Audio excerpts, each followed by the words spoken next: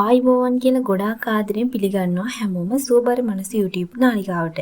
ඉතින් අද මම ඔයාලත් එක්ක කතා කරන්න කියලා හිතුවේ මේ මායා රෝගය කියන මානසික රෝගී තත්ත්වය ගැන.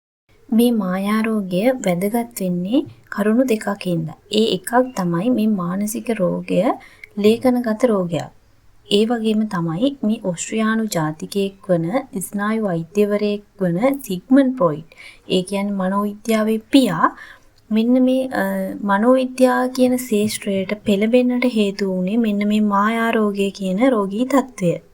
මේ මායා රෝගය විඝටනය කියලා කියනවා. ඒ වගේම තමයි මේ මායා රෝගයේ අතීතය හඳුන්වලා තියෙන්නේ හිස්ටීරියා කියන නමින්. ඉතින් මං ඉස්සරලා කිව්වනේ සිග්මන්ඩ් ෆ්‍රොයිඩ් කියන්නේ ස්නායු වෛද්‍යවරයෙක් කියලා. ඉතින් මේ සිග්මන්ඩ් ෆ්‍රොයිඩ් තමන්ගේ සායන වලට එන අංශභාගයේ වැළඳිච්ච ගෑනු ළමයි වගේ පරීක්ෂා කරනවා. ඉතින් මේ පරීක්ෂණයේදී මේ ගෑනු ළමයින්ට කිසිම ස්නායු දෝෂයක් නැහැ. නමුත් මේ ළමයින්ට අංශභාගී. ඉතින් කොහොමද මේක වෙන්නේ කියලා සිග්මන්ඩ් ෆ්‍රොයිඩ් හොයලා බලනවා. ඉතින් මේ අවස්ථාවේදී සිග්මන්ඩ් ෆ්‍රොයිඩ් හොයාගන්නවා මේක කායිකව නැත්නම් ස්නායු සම්බන්ධ රෝගයක් නෙමෙයි මේක මනෝජනක අංශභාගයක් කියලා.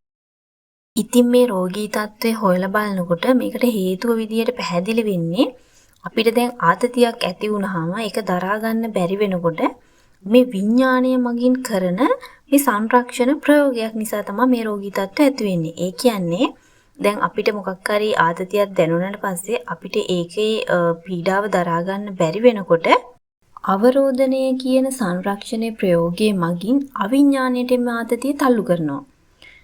එතකොට අපිට මේ දේවල් මතක නැති වෙනවා. ඒ කියන්නේ ඒක යටපත් වෙනවා. අවිඥානික වෙන එක. ඉතින් ඊට පස්සේ මේක මේ පීඩාව නැත්නම් මේ ආතතිය රෝග ලක්ෂණයක් විදිහට මතුවෙන්න පටන් ගන්නවා. ඉතින් මම මේක ඔයාලට උදාහරණයක් මගින් පැහැදිලි කරන්නම්. එතකොට ඔයගොල්ලන්ට හොඳටම තේරෙයි. ඉතින් ශිෂ්‍යයෙක් ඉන්නවා කියන්නකෝ විභාගයට බයෙන්.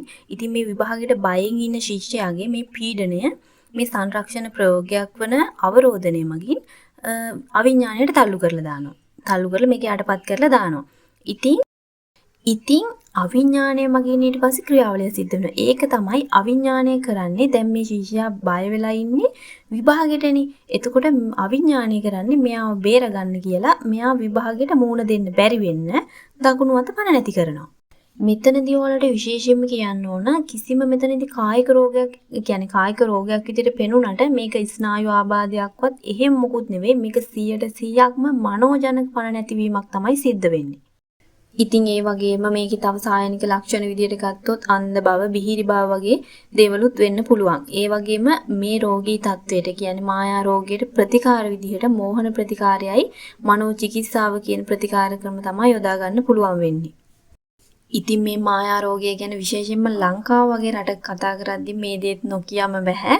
මොකද මේ මායා රෝග හැදුනට පස්සේ ගොඩාක් මිනිස්සු අපි කියන්නේ නොපෙනෙන පැත්ත, අදෘශ්‍යමාන පැත්ත නැත්නම් දේවාල වගේ දේවල් හදිහූනියන් ඒ පැත්තට යොමු වෙනවා ගොඩාක්. ඉතින් ගිහිල්ලා මිනිසුන්ට රැවටිලා ඉතින් සල්ලි පවා විනාශ කරගන්නවා. ඉතින් බොහෝ දුරට හොයාගෙන ගියොත් මොවුන්ට මායා රෝග තමයි තියෙන්නේ. ඉතින් ඔයත් මේ පිළිබඳ දැනුවත් වුණා කියලා හිතෙනවා නම් වීඩියෝ එක වටිනවා නම් ලයික් එකක්, කමෙන්ට් එකක් දාන්න. එහෙනම් අදට ගිහින් ඉන්න ඕගොල්ලෝ හැමෝටම සුබ දවසක්.